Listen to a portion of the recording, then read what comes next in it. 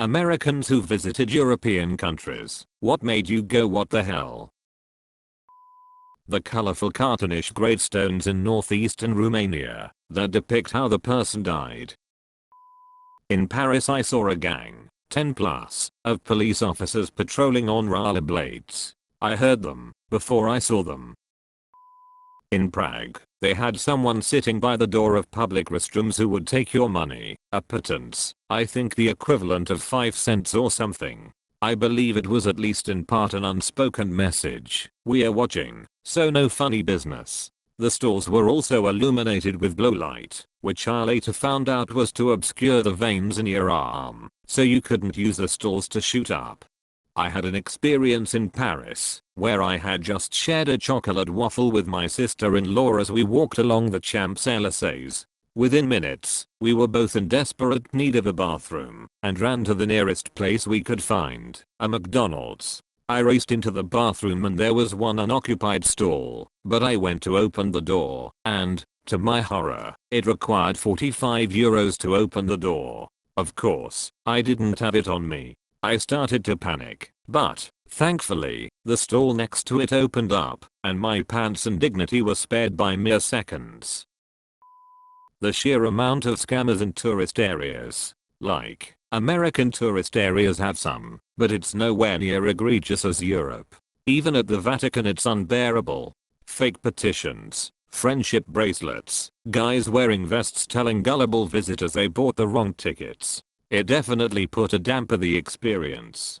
Edit. A positive WTF moment was realizing how awesome people generally were in Paris. I can't tell you how many times I heard the rude Parisian cliché, but every interaction I had was genuinely pleasant. What I picked up fast was that people in France in general expect some form of respect. It's amazing how a small amount of politeness can go a long way with strangers.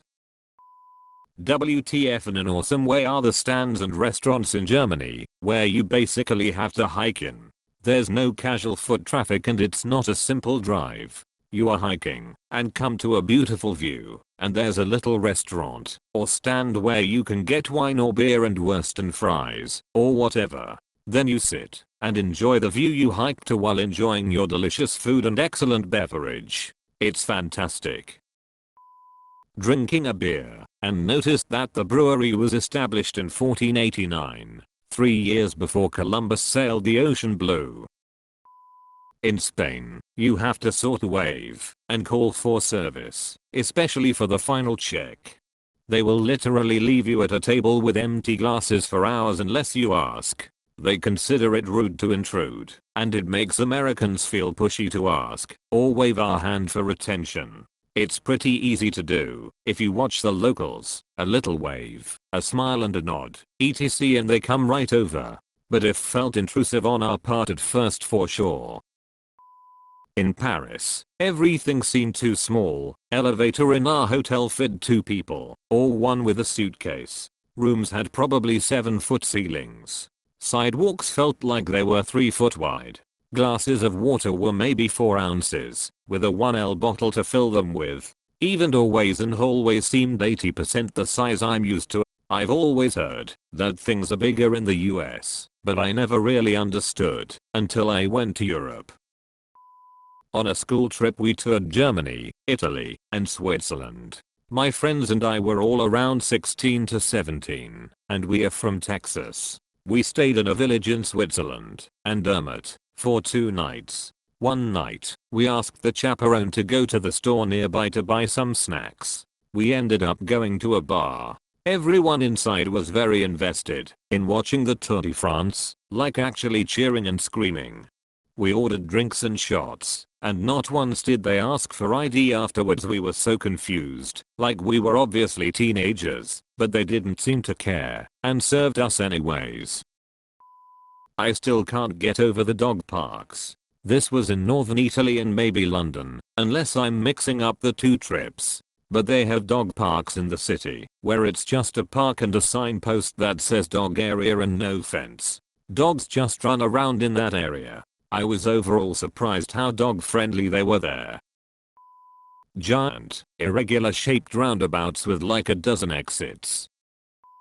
Was in Sweden a few years back when a kid in my charge broke his collarbone. Medics drove him to the hospital. Like 2 hours later, after x-rays, an exam, and getting set up in a fancy sling, he walked out of the hospital. Total cost, $0. In England everybody, and I mean everybody, was driving on the wrong side of the road and mispronouncing words like tomato. In a good way, the fact that everyone minds their own business and I don't have to worry about people trying to talk to me on public transit or in a grocery store. Americans don't know how to mind their own business and just go about their day for themselves. This is a generalization, but in general, there isn't the kind of invasive chatting on a day-to-day basis from Europeans like you get in the US, and I find it very refreshing and very noticeable whenever I'm abroad. Not being harassed by police. I did some dumb crap on a scooter in Paris, and instead of spending 20 minutes going through all the bullcrap and buffering cops usually do, he just wagged his French finger at me, and message was received. How it should be. Wife's brother lives in Germany. There is part of the structure of the building he lives in that dates to the 15th century and nobody bats an eye. Here in the US, if something dates back to World War II we lose our minds.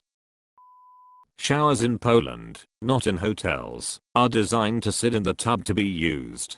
No standing. Where are the homeless in Warsaw? Only saw one that I thought might have been homeless. Hotel bathrooms and rooms are much smaller in Europe than in US. I mean, how are you supposed to sit down on this toilet and close the door to the bathroom? The butter in Denmark is awesome. Driving around the Arc de Triomphe was one of the scariest experiences of my life. Paris driving is hellish. So many castles in Germany that I could see a few from the house I stayed at. In Rome, there were so many motorized scooters, mopeds, and motorcycles just casually driving on sidewalks. Rome, the people drive like lunatics there. I have no idea how multiple people a day are not killed. Every car is dented. No one follows any kind of rule except for me first. Pedestrians take their lives in their own hands because the cars will not stop for them. Our cab driver actually drove on railroad style tracks going the wrong way on a street, like it was perfectly normal. And graffiti was everywhere and everyone said that it was normal and fine. They didn't care. It was part of their culture.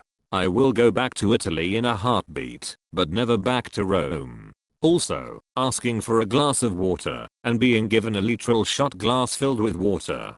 WTF. Squat toilets in France and Italy. I expect them in Asian public toilets, but not in Europe.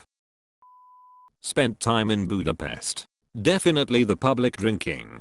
The park at the end of the road just filled up with younger people hanging out in groups, sitting on the grass in the evening and drinking together. In the States it would have been a dangerous madhouse with a large drunk crowd, but it was completely chill. I thought it was crazy how far the history went back, and how people today live their lives right next to it, or even in it. Dover, UK has a Roman lighthouse that was built in 43 AD and you can stand next to it and touch it. Not to say we don't have some of that here, it just seemed like everywhere I traveled in Europe had pretty dense history. The United States feels newer. In Paris and Spain, how much people litter. Cleaning crews came by daily in the Spanish cities I visited, so it didn't pile up, but I can't imagine having the gall to just leave your empty beer glasses lying around. It wasn't just tourists doing this. Locals and other Europeans didn't seem to give a damn about throwing their garbage around. This may come as a shock to Parisians, but cigarette butts are actually counted as litter and are bad for the environment. Portugal. Every major highway was immaculate. There was Wi-Fi almost everywhere in the form of cafes that were all over the place. The price of food and entertainment was silly cheap. A beer at a beachside bar cost $1. I'm talking tables with your feet in the sand. Nobody tipped and it wasn't expected, so when I tipped I was a baller. Base wages are higher. It was more wow than WTF, I suppose. But altogether it was impressive. Thank you for watching Internet's Funniest. Please like, share, and subscribe.